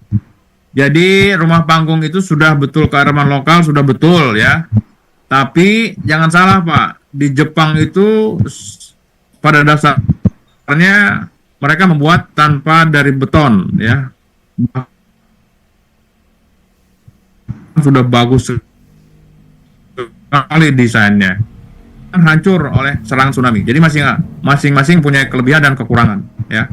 Kalau kelebihannya dia tidak runtuh, tapi kalau ada air dia mudah terdorong. Itu kelebihan dan kekurangan. Tapi kita memilih yang mana? Memilih tidak tertimpa beton ya bagus ya. Tapi juga memang kalau memang akan terjadi tsunami ya kita harus lari duluan. Masih punya waktu kita ya. Ada alat yang harus kita simpan di tengah laut sana. Barang itu Pak Irfan, Pak Ilham. Iya. Makasih Bapak. Baik, makasih. Baik, terima kasih Pak Irham. Wah, memberikan pencerahan ini Bapak, bahwa ternyata segala sesuatu solusi untuk tindakan preventif ternyata punya kelebihan dan punya kelemahan gitu ya Bapak ya. Betul. Oke, monggo Bapak, mungkin apakah Bapak mau melanjutkan untuk sesi presentasi berikutnya? Masih ada waktu, kalau boleh terus boleh, kalau masih mau terus. Sepertinya teman-teman juga antusias ini Bapak. Ini kan masih baru tahu tentang kegempaan. Kira-kira apakah ada lagi? Kalau bisa keinginan kami juga masih berlanjut ini Bapak. Masih banyak Bu, masih banyak. Masih mau terus. Bisa lanjut sambil ngisi absensi. Mungkin bisa ditambahkan. Maaf Bu Sani, maaf interrupt Bu Sani. Di sini masih ada 4 teman-teman yang ada pertanyaan. Barangkali kita selesaikan yang ini dulu. Oh begitu, nggih. Mohon maaf Pak Yusuf. Ya, monggo silakan. Mungkin bisa diskusi begitu ya Pak ya. Ya, Pak Sasongko barangkali itu. Pak Sasongko Baik, dulu. Pak Sasongko tadi yang lebih dulu. Monggo Pak Sasongko. Terima kasih. Selamat malam. Assalamualaikum warahmatullahi wabarakatuh. Waalaikumsalam warahmatullahi wabarakatuh. Yang terhormat Pak Yusuf, kebetulan saya tinggal di Karangsambung ini Pak. Alhamdulillah. Bukti ya Pak? Ya, saya hanya 6 kilo dari Brin Karangsambung. Oke. Jadi tiap hari istilahnya kita bergaul dengan jenengan keunikan batuan-batuan di Karangsambung. Alhamdulillah. Bahkan sekarang untuk Kebumen Karangsambung sedang diusulkan untuk menjadi geopark. Ya, sudah Pak, sudah resmi itu. Ya. Dan kemarin baru divisitasi dari UNESCO kan seperti itu. Menanggapi tadi informasi dari Pak Yusuf memang sangat menarik, terutama tentang ini Pak, subduksi yang menghasilkan tenaga yang besar. Contoh subduksi yang menyebabkan terjadinya gempa besar di Aceh itu kan tadi salah satunya menghasilkan tambahan daratan ya Pak di daerah Aceh Semelu sekitar 4 km. Nah, betul apa enggak itu Pak? Nah, kalau di Karangsambung itu kan yang juga disebut bahwa Karangsambung adalah lantai samudra yang terangkat. Ya. Ya, jaraknya itu sekarang dari Karangsambung sampai ke Samudra Selatan itu sekitar lebih dari 25 km. Saya berkesimpulan, semoga ini benar apa tidak, berarti kasus terjadinya pengangkatan lantai samudra Karangsambung itu apakah itu terjadi dalam suatu waktu dengan tenaga subduksi yang begitu besar sehingga sampai lantai samudranya sampai terangkat begitu tinggi di Karangsambung dan begitu jauh dari Laut Selatan, ataukah itu proses subduksinya, pengangkatannya itu berlangsung pelan-pelan dalam waktu yang begitu lama Pak. Itu satu. Yang kedua, beberapa kali terjadi gempa itu Kebumen memang juga terdampak Pak. Gempa Aceh juga dulu terdampak. Yang parah adalah dampak dari gempa Pangandaran, kemudian gempa Yogyakarta yang dilanjutkan kemudian letusan Gunung Merapi tahun 2010 dan letusan Gunung Kelut. tetapi masyarakat di sini maupun pemerintah itu belum mempunyai istilahnya apa SOP tentang rumah yang tahan gempa itu yang seperti apa kan, seperti itu Pak. Itu Pak yang saya tanyakan, mohon mendapat pencerahan. Matur nuwun. Baik, terima kasih Pak. Siapa tadi Pak? Lupa Pak saya. Sasongko Pak. Sasongko. Alhamdulillah Pak Sasongko tinggal di Karangsambung ya. Bapak mempunyai daerah yang sangat-sangat unik. Jadi Karangsambung itu terjadi tidak tiba-tiba Pak ya. Itu adalah proses subduksi yang juga tidak hanya subduksi, tapi sedimen-sedimen yang ikut berjalan ya, oleh tadi ada desakan ataupun jalannya lantai samudra, itu adalah tidak sesaat, namun dia berjutaan tahun Pak, bisa sampai ke situ ya. Bayangkan tadi Bapak, kalau saya perhatikan tadi, saya lihat di gambar atau di video tadi ya, di mana katakan ada lava bantal. Lava bantal itu adalah dibentuk di daerah laut dalam, di Mid Ocean Ridge ya, di situ karena ada tekanan yang sangat besar sehingga lava keluar itu akan menjadi seperti bantal, bulat-bulat ya, karena ditekan. Dan lava bantal ini tidak akan dibentuk kalau ada terbentuk di daratan. Oleh karena itu lava-lava bantal yang ada di Karangsambung, di Jogja, itu berasal jauh dari selatan Jawa Barat, Pulau Jawa. Dan itu tidak sesaat Pak. Kalau sesaat bagaimana energinya begitu besar ya. Dan itu berjalan sedikit demi sedikit. Kalau kita lihat di selatan Jawa itu sekarang ya, sekarang itu 7,5 cm per tahun Pak. Pergerakan lantai samudra di selatan Jawa itu. Dulunya barangkali bisa lebih cepat atau bisa lebih lambat.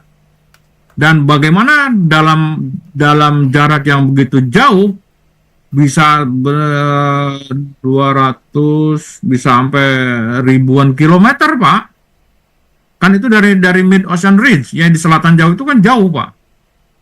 Bayangkan ribuan kilometer sekarang sudah ada di Karangsambung, itu jauh sekali dan waktunya bisa berjuta-juta tahun Pak, jutaan tahun bisa sampai ke situ, jadi tidak sesaat.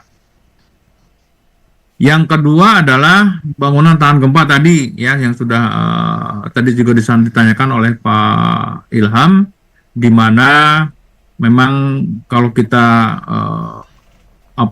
desain sudah banyak lah sekarang ya, desain ke rumah tahan gempa dan sebagainya itu juga sudah banyak sekali dibuat, bahkan sudah ada banyak yang diaplikasikan.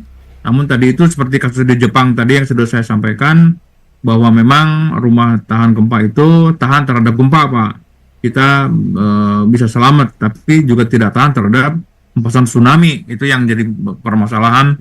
Di Jepang banyak sekali rumah-rumah hanyut ya oleh adanya gelombang tsunami yang begitu besar. Seperti itu barangkali Pak. Jadi Pak Sasongko harusnya menjaga lingkungan Karangsambung supaya tidak dirusak oleh penggali batu, bahkan dijual. Sayang itu batu jutaan tahun.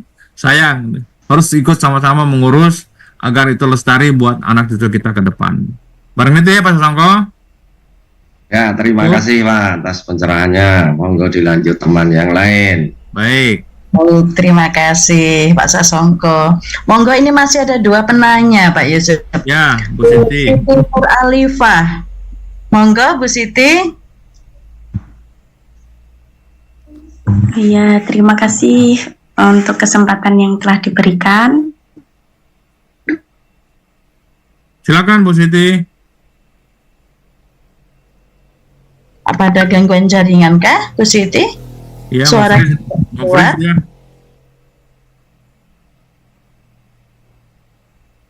Ya. Atau mungkin ada Bapak apa Ibu ini, Pak Solkip ini. Bapak apa Ibu nggih?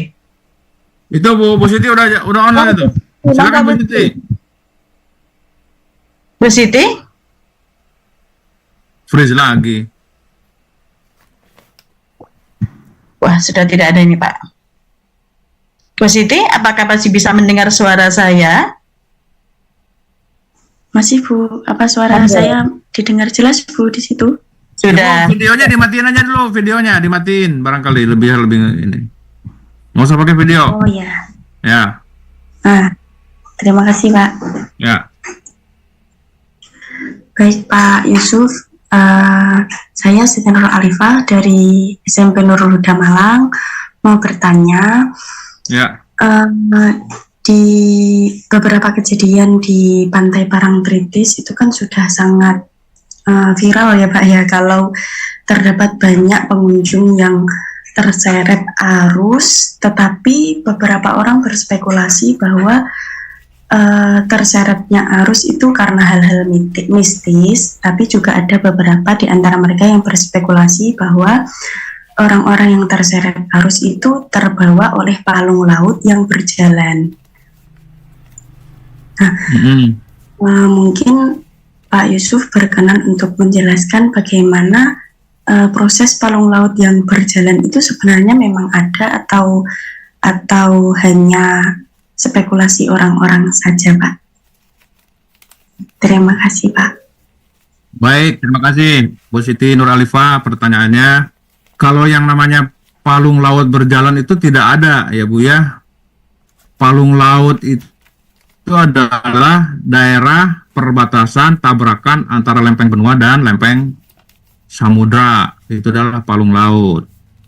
Tapi kalau yang namanya ada orang-orang di pantai terseret arus, itu bukan akibat dari geodinamik ataupun dari pergerakan lempeng-lempeng yang sudah saya tadi sampaikan. Itu adalah fenomena oceanografi, pantai-pantai sepanjang pantai selatan dan sebagainya. Itu adalah ada arus-arus yang berputar dan sebagainya. Jadi mungkin itu nanti di kesempatan yang lain bisa saya terangkan kenapa bisa sampai terjadi adanya arus-arus yang mendorong atau bisa menelan korban yang sedang berenang di pantai, barangkali seperti itu. Itu akan ada kaitannya dengan nanti dengan kontur atau dengan adanya angin dan sebagainya. Itu yang bisa menyebabkan terjadinya pusaran-pusaran arus yang bisa membahayakan ke kondisi lingkungan menjadi tidak aman. Begitu Bu Siti, bukan dari hubungan dengan palung laut, tidak ada hubungannya ya. Oh, terima kasih Pak Yusuf. Nanti kalau ada waktu barangkali nanti saya bisa terangkan dengan gambar ya, dengan mudah, tapi harus ada pengetahuan dulu yang lain ya, bisa diterangkan. Barangkali nanti di pertemuan berikutnya lah ya, kalau memang masih ada waktu kita bisa dengan topik yang lain terkait masalah oceanografi pinggir pantai. Masih banyak kok materinya yang bisa kita bahas. Demikian ya Bu Siti. Terima kasih Pak Yusuf. Terima kasih Pak Yusuf. Ini yang pasti trik-trik ini akan kami sampaikan juga kepada anak didik kita, Bapak. Ya, Baik, ini tidak ada hubungannya. Apalagi dengan misalnya nanti dikaitkan dengan Nyi Roro Kidul, itu tidak. Itu adalah aspek fisik ya, bukan mistik. Baik Bapak, ini masih Baik, ada lanjut silakan. Monggo, masih ada satu penyanyian, nanti kita tutup setelah Ibu bertanya ini aja. Monggo, satu kesempatan lagi. Ini ada Ibu Lili Suryani. Monggo Bu Lili, mungkin juga diperkenalkan dari sekolah mana Ibu, silakan. Bu Lili. Bu Lili. Bu Lili, apakah suara saya terdengar? Nah, monggo, ya.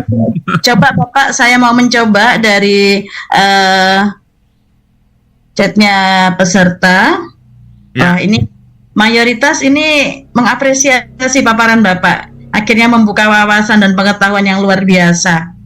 Kalau diperbolehkan, izinkan minta materi nih Bapak. Boleh Bu. Oke, teman-teman aku juga ingin memilikilah untuk bahan paparan kami di sekolah nanti. Sekolah ya.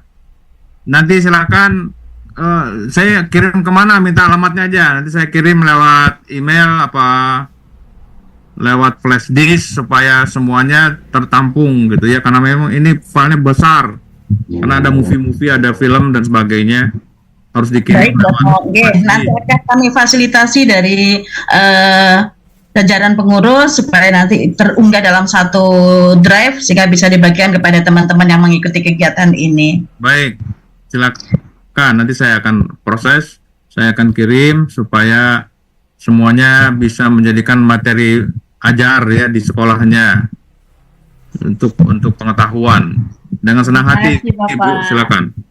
Baik, terima kasih. Adakah lagi Bapak Ibu? Ada satu porsi nih, satu kesempatan untuk bertanya ini Bapak Ibu. Monggo, yang mau menyampaikan mumpung ada Bapak Yusuf yang luar biasa ini.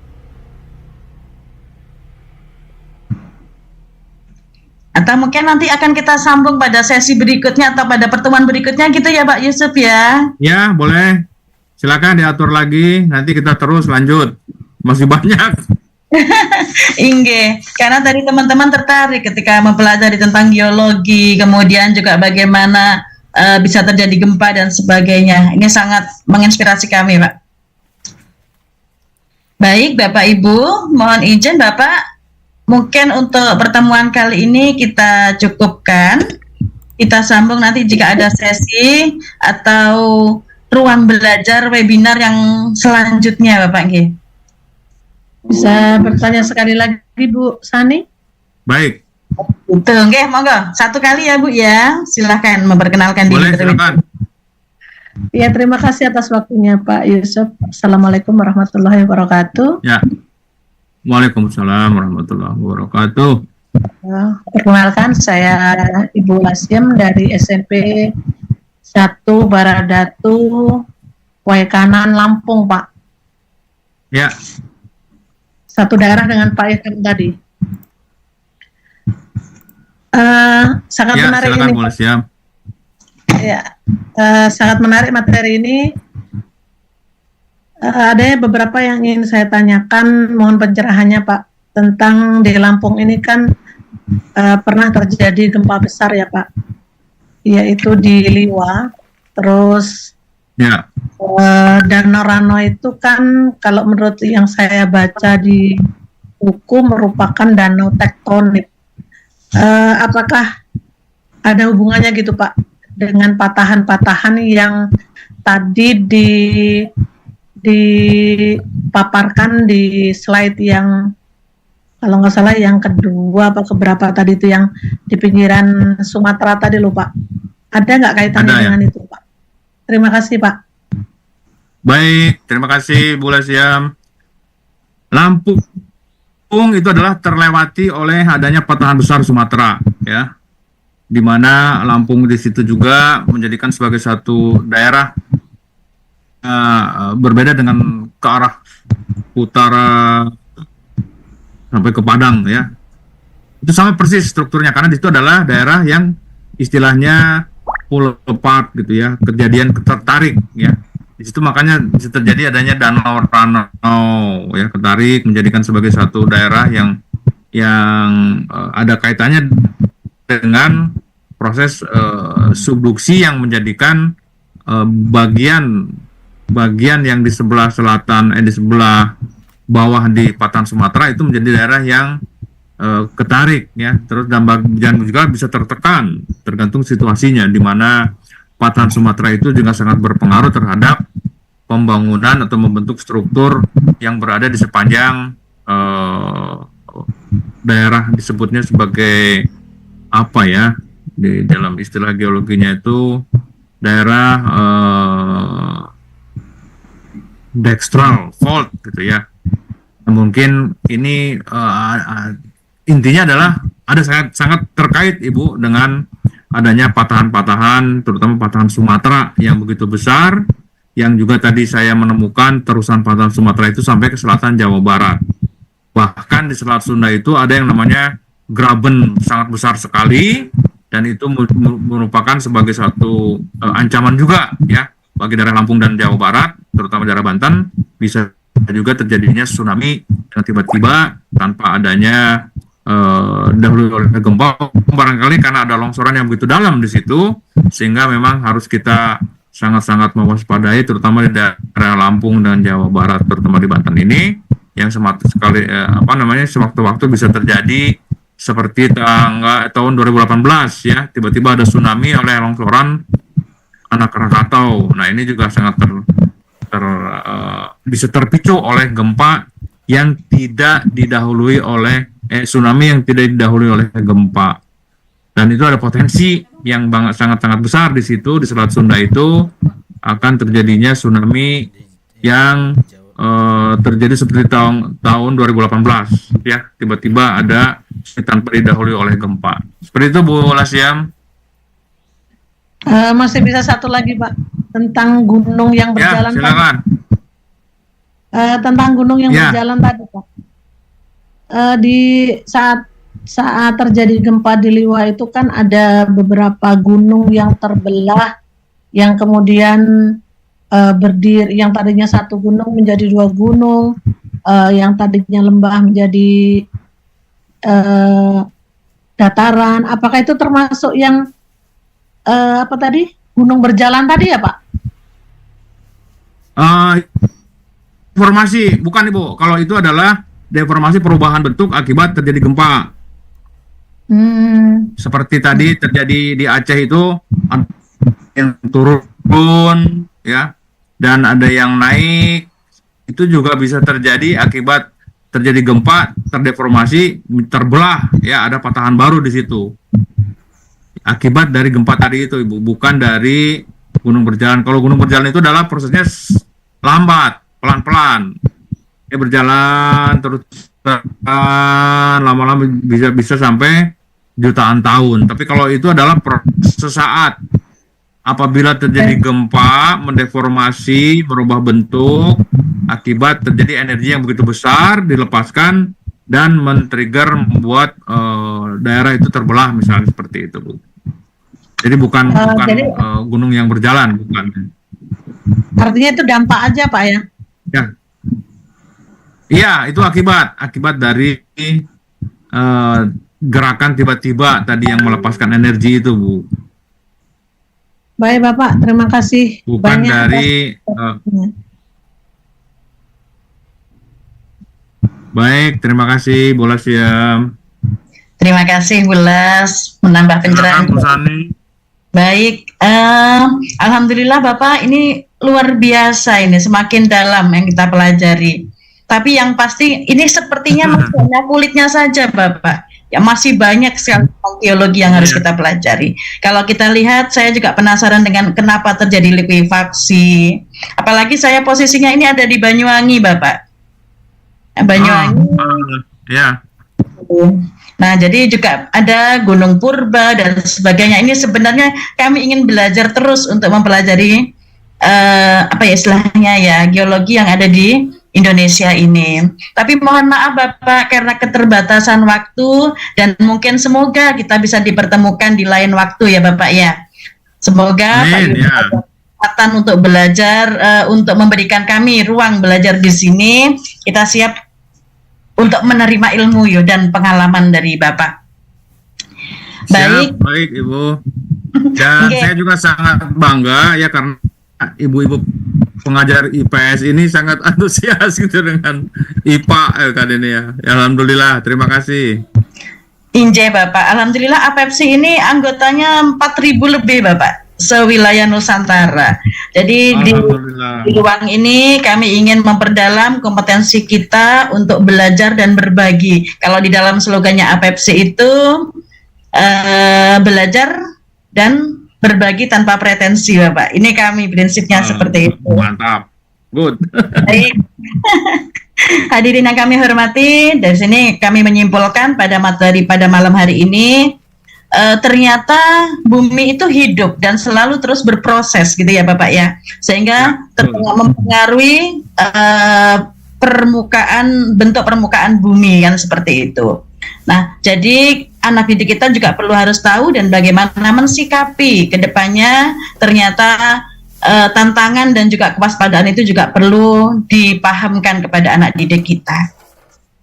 Ya. Alhamdulillahirrahmanirrahim, tiba saatnya kita di penghujung acara. Terima kasih atas perhatian dan kerjasama hadirin semuanya, terutama ini kepada Bapak narasumber, Bapak Yusuf Surahman, yang telah berkenan meluangkan waktu berbagi kepada kami semuanya di sini. Semoga Bapak selalu diberikan kesehatan ya Bapak ya, sehingga bisa rawuh ketika kami undang kembali di ruang belajar APEPSI. Amin. Kalau tadi Bu Fat menyampaikan ada puisi, ada ada pantun, izinkan kami juga menutup dengan pantun ini Bu Fat ya. Pergi berkunjung ke rumah mantan. Di rumah mantan duduknya lesehan. Saya ucapkan terima kasih untuk perhatian dan mohon maaf jika ada kesalahan. Cakep. Wah, baik Bapak Ibu, kalau sudah berbicara pergi ke rumah mantan ini semoga tidak terbayang yang lain ya Bapak Ibu ya. Baik, kata kita ungkapkan ada closing statement yang ingin kami sampaikan. Harta semakin hari semakin habis, tetapi ilmu semakin hari semakin bertambah. Monggo Bapak Ibu tetap semangat kita belajar untuk mengupgrade diri sebagai guru IPS yang siap menyuguhkan pendidikan di masa yang akan datang. Baik, APEPSI maju bersama menjadi guru mulia. Demikian dari kami, terima kasih, tetap semangat. Saya akhiri, wassalamualaikum warahmatullahi wabarakatuh. Waalaikumsalam warahmatullahi wabarakatuh. Terima kasih Pak Yusuf. Terima kasih Pak Yusuf. Semuanya. Terima kasih Bapak Ibu semuanya. Terima kasih. Dan mantap. Salam semuanya. Salam dan sehat walafiat selalu dan Assalamualaikum. Assalamualaikum warahmatullahi wabarakatuh.